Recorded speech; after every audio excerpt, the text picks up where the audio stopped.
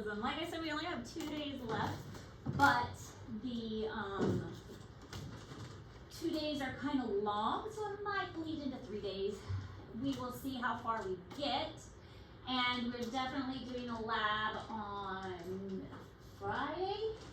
Hopefully we don't burn too many things down when we do the lab. I've never tried this lab before, but I hope it's good. We'll see. This is in Google Classroom, but energy expenditure, the amount of energy that a person uses. And we did basal metabolic rate, but there's also something called resting metabolic rate. Resting metabolic rate is about 65 to 75% of what our body uses as like the overall energy expenditure. The amount of energy that we use is resting metabolic rate. Thermogenesis is like thermoregulation, and that's about 5 to 10%. And then physical activity is about 15 to 25%. So most of what we're doing is just surviving. That's, majority of what our body uses energy. So this is like all the energy that we have. Most of it's just, being alive. Then maintaining our temperature. And then physical activity is the rest. So, a lot of what we do is just to be alive. Kind of important, really. Why is your also when it's still like 80 degrees? I don't know. I'm going to be pants and suits. Guys, yes, because my electricity bill is way too high, and it needs to go down. It's a secret thing called global warming. Yeah, but this one is supposed to be brutal, Marie. I've heard that from a lot of people. Yeah, it's just like Who told them that? Do you know the thing with the weather percentages? Like when you cut the seed open and it shows you like a knife or spoon or fork. Have you never heard that? I've never heard So if you cut open a persimmon seed, Oh yeah. like that in half, If it's a fork, it's like a like a raking snow, like It's it's a a light snow. yeah, like a wet, If it's a knife, it's ice. really cold and brutal. Yeah. But if it's a spoon, it's like supposed to be really, really snowy, and it's a spoon this year. Yes, And also, is this true? also woolly worms. Have you heard the one with woolly worms? Mm-hmm. I It's saw like an they're all called. black woolly worm, and it says it's supposed to be really snowy. How do they know? I need to know the scientific accuracy of these. I'm Because pretty sure the it's not persimmons are accurate actually at all. accurate.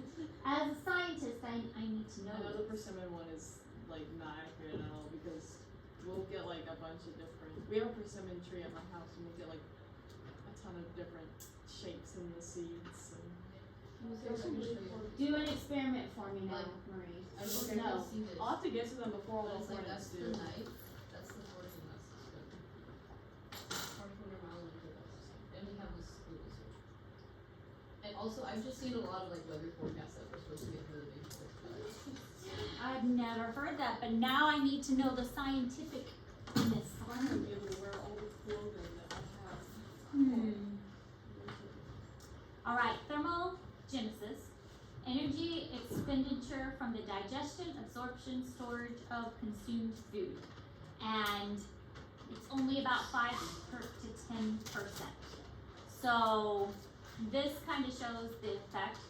Proteins make up slightly larger portion, carbohydrates, and then fats.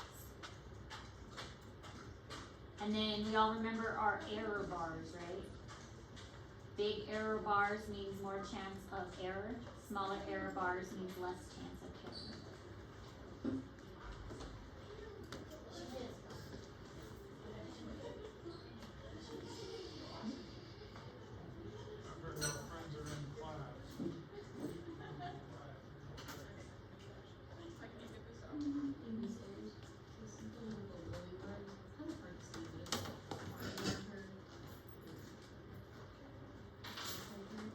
I saw one that was all black, so it's even worse than that one. Let's go.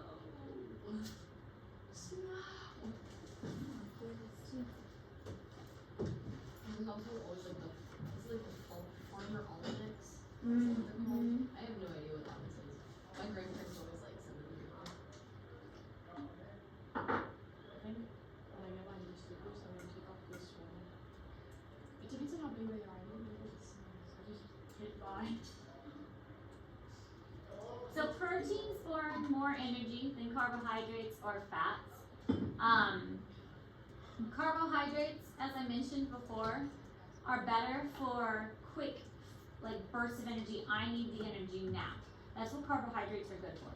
Fats are good for storing the energy long term. So if you want to save this energy for later, burn it a little bit later, that's what the fats are good for. Proteins are energy that you can, are good for getting more energy, burning more energy. Proteins are good for that. That's why people who are exercising are all about, give me a protein shake. I'm gonna eat protein afterwards. Isn't that how it works? Like you drink a protein shake, you do it before or after you exercise? After is more recommended. I don't drink protein shakes. I just So what kind of carbs do you eat? just eat whatever. Do you eat more protein or carbs? Into what? Do you eat more protein or carbs?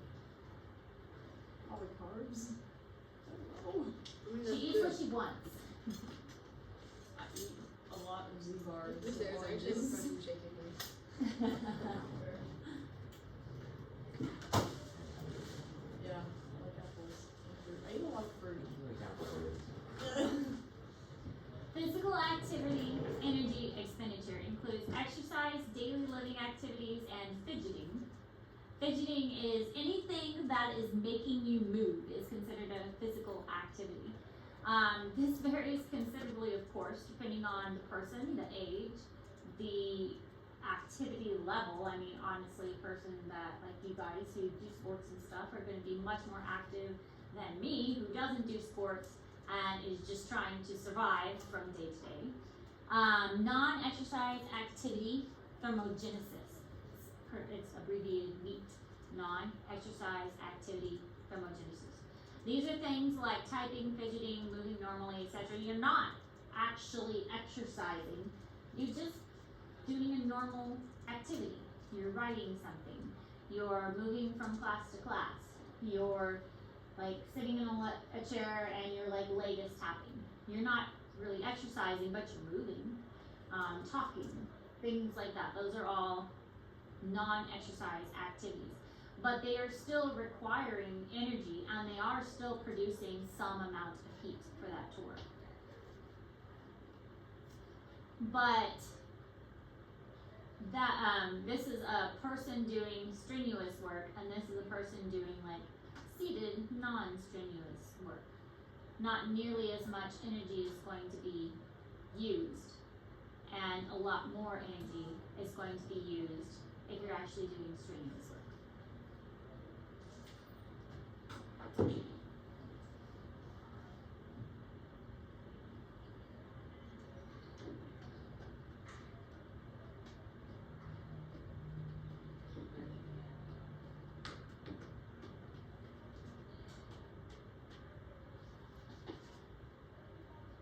So this is in Google Classroom. Your metabolism is not broken. Metabolic adaptation occurs in response to stimulus.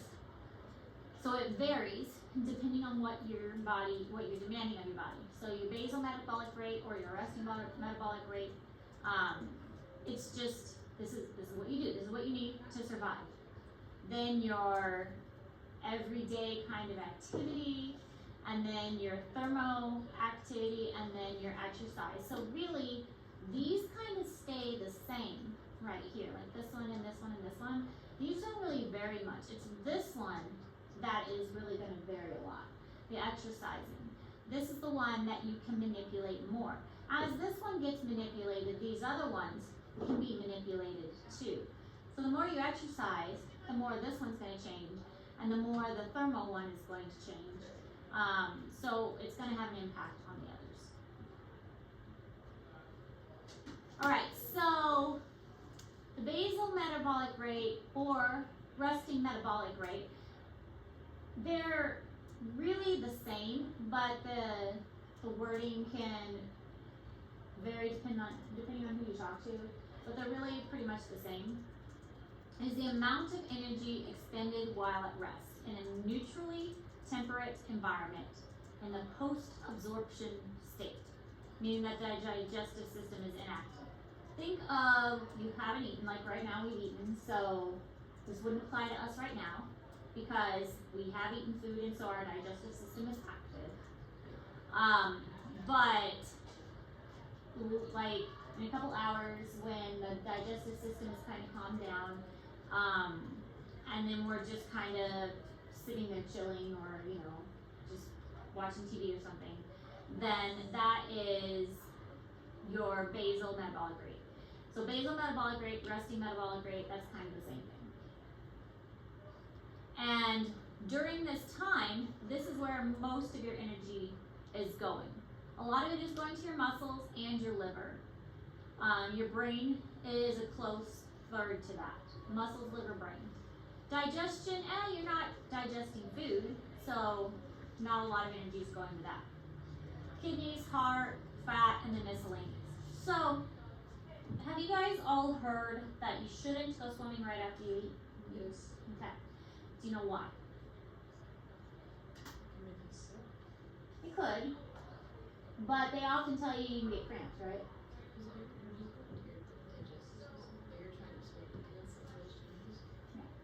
So the reason is, right after you eat, you only got a certain amount of energy. Let's say you've got 100 energy, okay? Your body can only divide up that 100 energy in so many ways. Your body can choose to use that energy in a certain way, but it's got a limited amount. Right after you eat, your body's like, hey, cool, food. And it diverts a huge amount of resources to digesting that food. So right now, since we just had lunch, a lot of our energy is focused on digesting our food. So the reason that you get tired after you eat, like, in the afternoon, we all get sleepy, is because our body's like, okay, let's digest this food.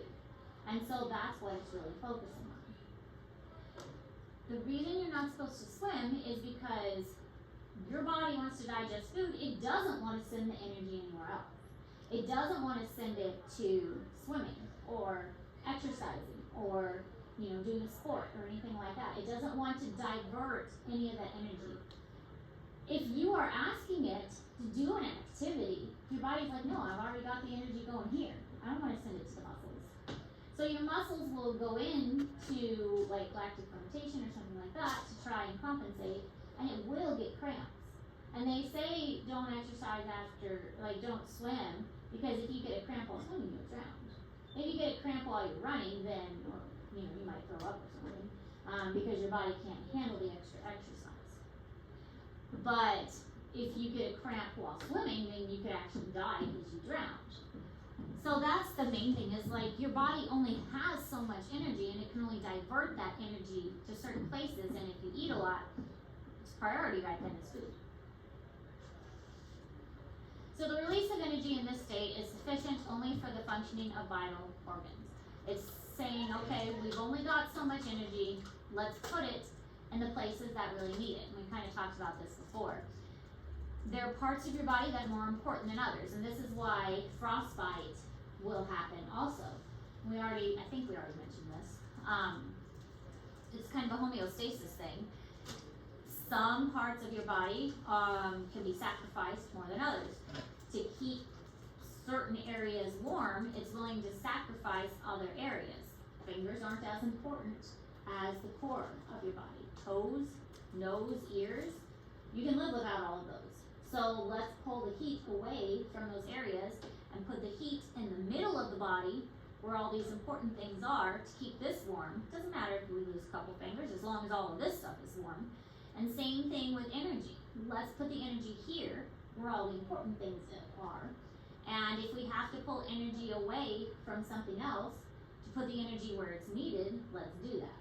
Let's keep the energy where it's needed.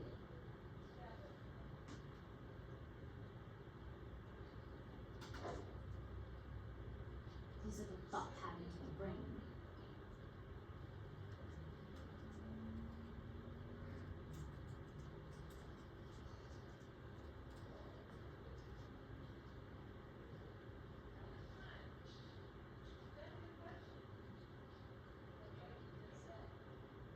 So BMR is measured under very restrictive circumstances.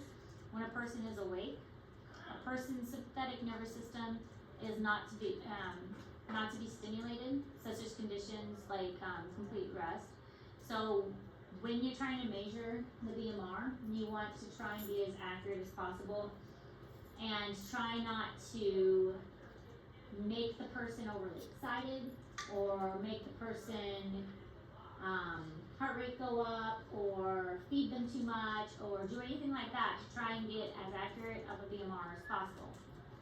You do want them to be awake, but you don't want them like too excited or too much movement or anything like that, because it can throw off an accurate BMR. So you want them to be as still as possible, as relaxed as possible, and kind of like almost as soon as they wake up is really the best way to get it. Before they get out of bed, just as soon as they wake up, they're as relaxed as they can be because they just woke up. They haven't eaten anything, so their stomach's not digesting anything. Their temperature is pretty stable. They haven't moved hardly at all because they just woke up. That's the best time to take a BMR.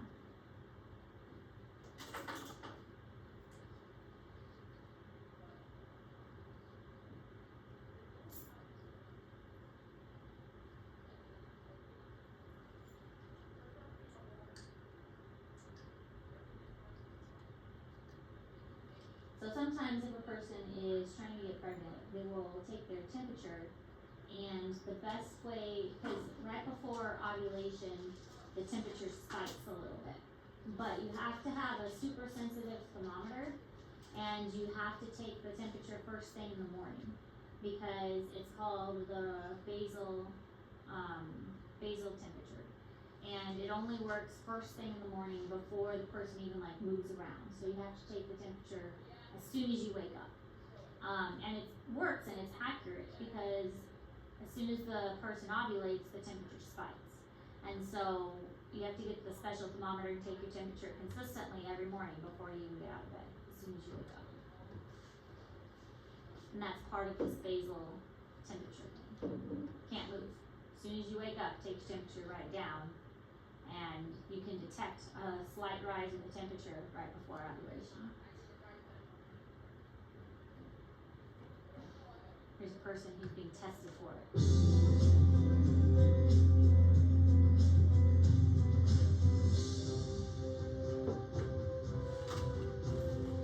A resting metabolic rate test is a test that provides you information about how many calories that you are using a day without having done anything.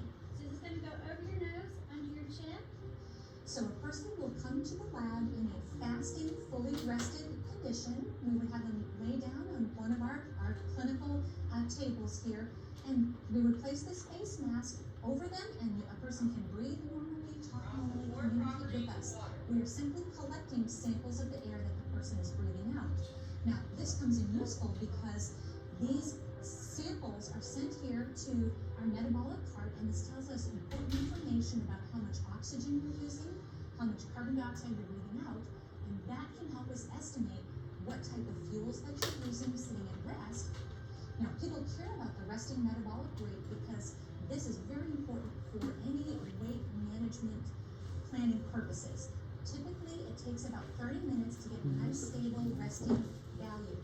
Once the 30 minutes is complete, we take the data that has been collected here in our metabolic cart, and we take an average value of the caloric expenditure that we find during a nice, stable window. From that, we provide you with a complete report about your oxygen use, your caloric expenditure, as well as an estimate of the types of fuels that you use.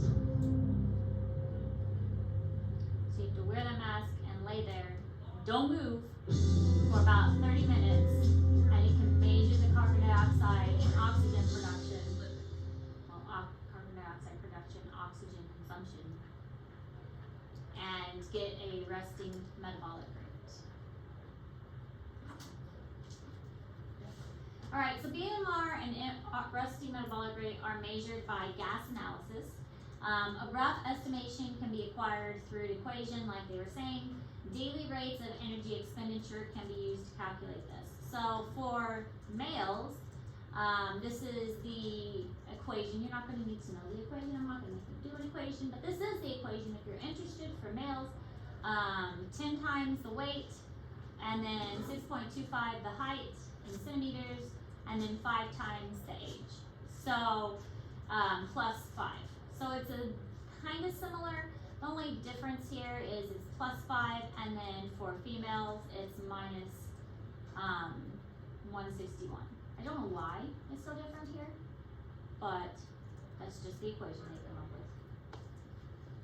Or, easier option, just put it into an online calculator. That's a better option. Instead of doing all that.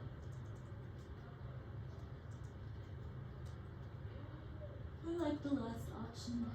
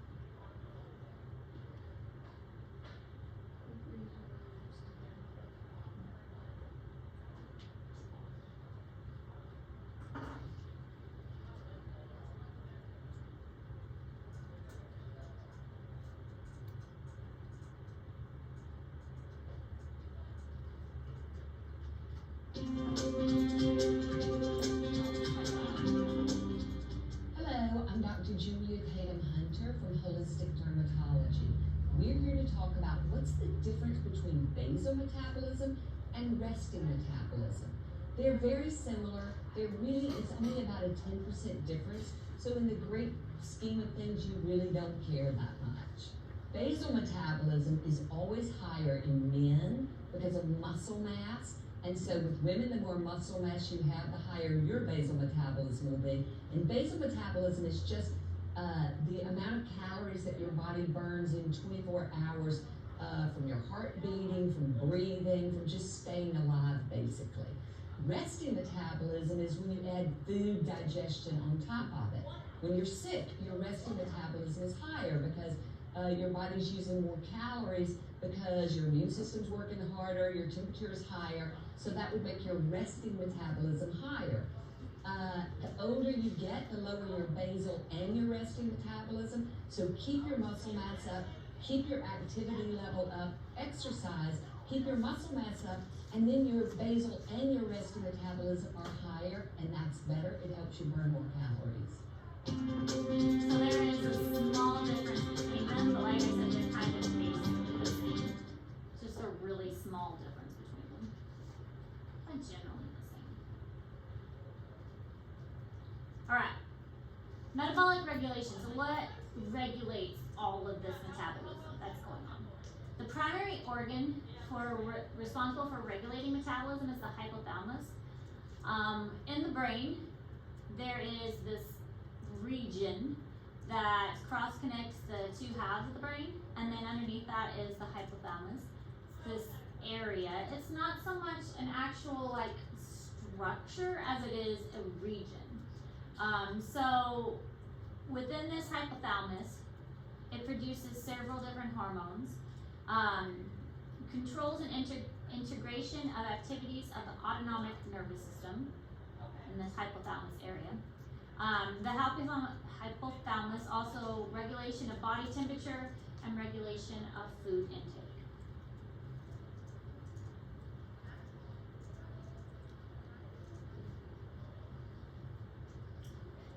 I find it funny that it also production and regulation of feelings of rage and aggression.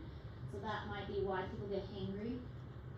When they're hungry, they get angry because the same area that regulates like food intake also regulates rage.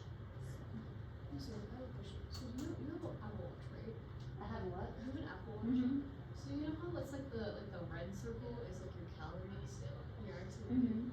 I've always wondered that because it's like it never goes above like 1,000, but I thought it was like how many calories you actually burn every day. And I was like, there's no way I don't burn more than this. So would that be like your movement or like your exercise? I never really pay much attention to it. It's based on your goals. So when you first got your watch, it was set on like a setting that you did. So like mine is, I'm looking at it now. Mine says I've done 185 calories. This is like 137. Yeah. But is that just like walking around then? Mhm. That's like the exercise part of it, not like resting.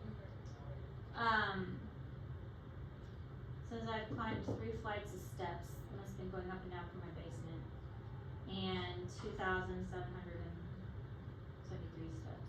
But it's also, when you first get your watch, it's based on, like, you put in your height, so you're supposed to, you put in your weight, and you put in what your goal is supposed to be. And so it's gonna, my goals are gonna differ from your goals, and it's based on my height and weight, it's gonna differ from your height and weight, and also my age. So it's all gonna vary per individual, because it's supposed to be individual. Yeah. So, does that kind of help answer your question? A little bit, yeah. Yeah, because the rings never, like, I don't think my ring has ever really closed unless I'm actually like trying to exercise. So.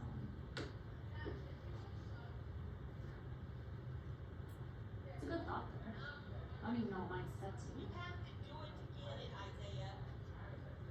Of course, my watch is so ancient. I really need a new one. It's like a Series 6 or something.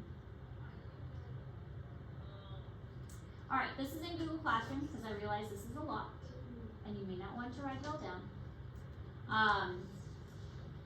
There are specific hormones that have been tied to feelings of hunger.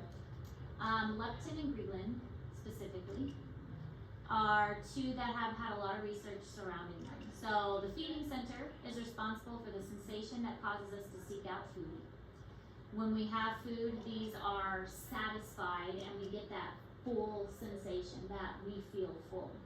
We talked about this a little bit in biology, and all of you guys have in biology, so you might remember we mentioned the mouse, and the mouse that was really big, and he didn't, one of the mice did not have leptin, which was a hormone, and the mouse just kept eating and eating and eating because it didn't feel full. So they actually surgically connected the mouse to another one that did have leptin, which is a hormone released by fats that tells the brain when it has enough fat stored. So the fat in the body, when we've got enough of it, it tells our body, hey, we've got enough, you can stop, and our body's like, okay, cool, you know, we're set, we're good, and then it is, it's able to say we are full, it gives us that full sensation, and it helps to prevent overeating by having leptin. So the first mouse didn't have leptin, and that's why it kept eating. It just didn't feel like it was full. It didn't feel that satiated feeling. And when it was surgically connected to the other mouse produced leptin and then transferred that to the overeating mouse, and then the overeating mouse finally was like, hey, I'm good. I can stop now. So there's this idea that if we could come up with a leptin injection, people might get that full feeling sensation more often and then just not be as hungry. Ghrelin is another hormone, the hunger hormone, released by the stomach that signals the brain when it is empty. So when we are hungry and our stomach is empty, ghrelin gets released and our stomach is like, hey, kinda need something in here now. And we get that like hollow achiness, that stomach growling, that gastric juices that tells us that we need to put something in it. And all those other sensations like mouth watering, extra saliva, and all of that is due due to ghrelin, saying that our stomach is empty. So these are two different hormones that are doing kind of essentially the same thing, but activated by two different parts.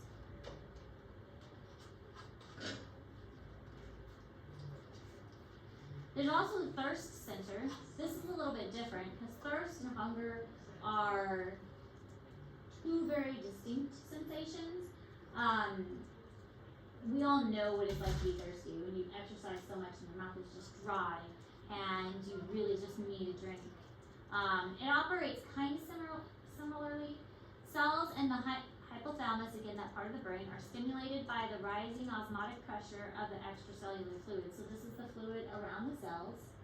And when it gets too high because of osmotic pressure, so there's a lack of water around the cells, and our body is just exhibiting signs of there's not enough water, and then it tells the hypothalamus, hey, it's getting a little dry in here. We might want to do something about that. Then it creates that feeling of thirst, that dry mouth, that sandpapery, that longing for a drink, and that feeling that I really, and then you just keep thinking about it. You just can't stop thinking about water. It's that desire to have a cold drink and have that feeling relieved. And then once you do get a drink, it's that sensation of, oh, this is really good. And once you do drink, then that osmotic pressure is decreased and it just kind of replenishes your cells and the fluid around the cells.